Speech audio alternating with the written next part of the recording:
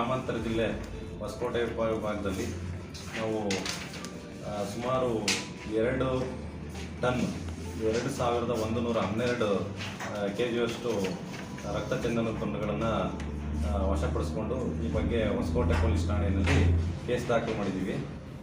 नाजरीन सदाई हिंद उर्दू में आपका खैर मकदम है। मैं हूँ इम्तियाजुल्लाह खान काशफी। चोरी चाहे छोटी हो या बड़ी, चोरी चोरी होती है। चुराने वाला चोर कहलाता है। हमारे मुल्क का कानून उसे मुलजिम करार देता है।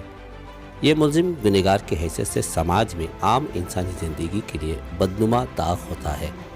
आइए हम आपको बेंगलुरु ज़िला होसकोटे पुलिस का एक बड़ा कारनामा DYSP उमाशंकर और सर्कल इंस्पेक्टर मंजुनाथ की तरफ से मिली इत्तला के मुताबिक एक रिपोर्ट, जो 2000 से ज़्यादा केजी संदूल की लकड़ियाँ जिसकी कीमत 60 लाख रुपए से ज़्यादा बताई गई है। होसकोटे पुलिस ने संदूल की लकड़ियाँ समेत 2 कार, एक गुड्स गाड़ी को जब्त कर लिया है और मुलजिम को गिरफ्तार कर लिया है।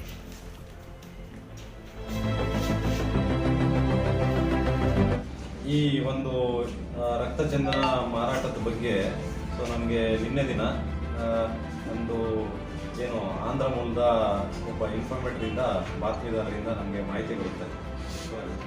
ಸೊ ಗೊತ್ತಾದ ತಕ್ಷಣ ನಾನು ನಮ್ಮ ಸರ್ಕಲ್ ಇನ್ಸ್ಪೆಕ್ಟರ್ ಆಗಿರ್ತಕ್ಕಂಥ ಮಂಜುನಾಥ್ ಅವರಿಗೆ ಮಾಹಿತಿ ವಿನಿಮಯ ಮಾಡ್ಕೊಂಡು ಈ ಒಂದು ಅಕ್ರಮ ರಕ್ತಚಂದನ ಸಾಗಾಟದ ಬಗ್ಗೆ 2 ತಂಡಗಳನ್ನು ಮಾಡಿ ನಮ್ಮ ಸಿಬ್ಬಂದಿ ಮತ್ತು ನಾನು ಮತ್ತು ನಮ್ಮ ಇನ್ಸ್ಪೆಕ್ಟರ್ ಇದ್ದೀವಿ।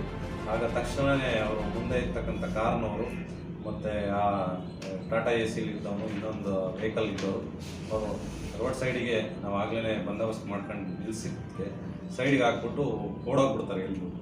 ಸೊ ನಂತರ ಆ ಹಿಂದೆ ಏನು ವೆಹಿಕಲ್ ಬರ್ತಾಯಿತ್ತು ಒಂದು ಮಾರುತಿ 800 ಆ ವಾಹನದಲ್ಲಿರ್ತಕ್ಕಂಥ ಡ್ರೈವರ್ನ ಇಟ್ಕೊಳ್ಳೋದಕ್ಕೆ ನಾವು ಸಫಲರಾಗ್ತೀವಿ। ಅವ್ನು ಇಟ್ಕೊಂಡು ಅದ್ರ ಹತ್ರ ನಾವೇನು ಇಲ್ಲಿಂದಾನೇ ಆಗಲಿ ಠಾಣೆಯಿಂದನೇ ಪಂಚನ್ ಕರ್ಕೊಂಡು ಹೋಗಿದ್ದೀವಿ, ಯಾಕೆಂದರೆ ನಮಗೆ ಇನ್ಫಾರ್ಮೇಷನ್ ಇತ್ತು ಮೊದಲೇ। ಸೊ ಅವರ ಸಮಕ್ಷಮದಲ್ಲಿ ಅಲ್ಲಿ ಆ ಟಾಟಾ AC ವಾಹನದಲ್ಲಿ ಏನು ಮೇಲೆ ತೆಂಗಿನ ಚಿಪ್ಪುಗಳನ್ನು ಹಾಕಿ ಮರೆಮಾಚಿ ತರ್ತಾಯಿದ್ರು, ಅವುಗಳನ್ನು ನೋಡಿದಾಗ ರಕ್ತಚಂದನ ಸಾಗಾಣಿಕೆ ಮಾಡೋದು ಖಚಿತ ಆಗುತ್ತೆ। ಹಾಗೆಯೇ ಅಲ್ಲೇ ನಾವು ಪಂಚನಾಮೆ ಮಾಡಿ ಅದರ ತೂಕ ಮಾಡಿ ಅಮಾನತು ಪಡಿಸ್ಕೊಂಡಿದ್ದಾಗ ಒಟ್ಟು ಟೋಟಲ್ 82 ತುಂಡುಗಳು, ಸರಾಸರಿ 30-32 ತೂಕ ಬರ್ತಕ್ಕಂಥ ತುಂಡುಗಳು, ಒಟ್ಟು 2112 kgಯಷ್ಟು ರಕ್ತಚಂದನ ಸಿಗುತ್ತೆ।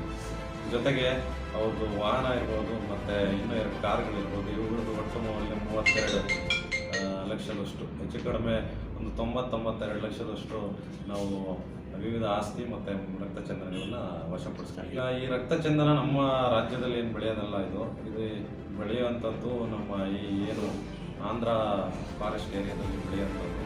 ಸೊ ಇದು ಸಾಗಾಣಿಕೆ ಆಗುತ್ತೆ, ಆದರೆ ಒಂದಲ್ಲ ಒಂದು ರೀತಿಯಲ್ಲಿ ನಮ್ಮ ಈ ಹೊಸಕೋಟೆ ಕಟ್ಗೆನಹಳ್ಳಿ ಇರ್ಬೋದು, ಮೆಡಿಮನ್ಸ್ ಇರ್ಬೋದು, ಇಲ್ಲಿಯವರು ಅನೇಕ ಸತಿ ಇದೆಲ್ಲ ಹಿಂದೆ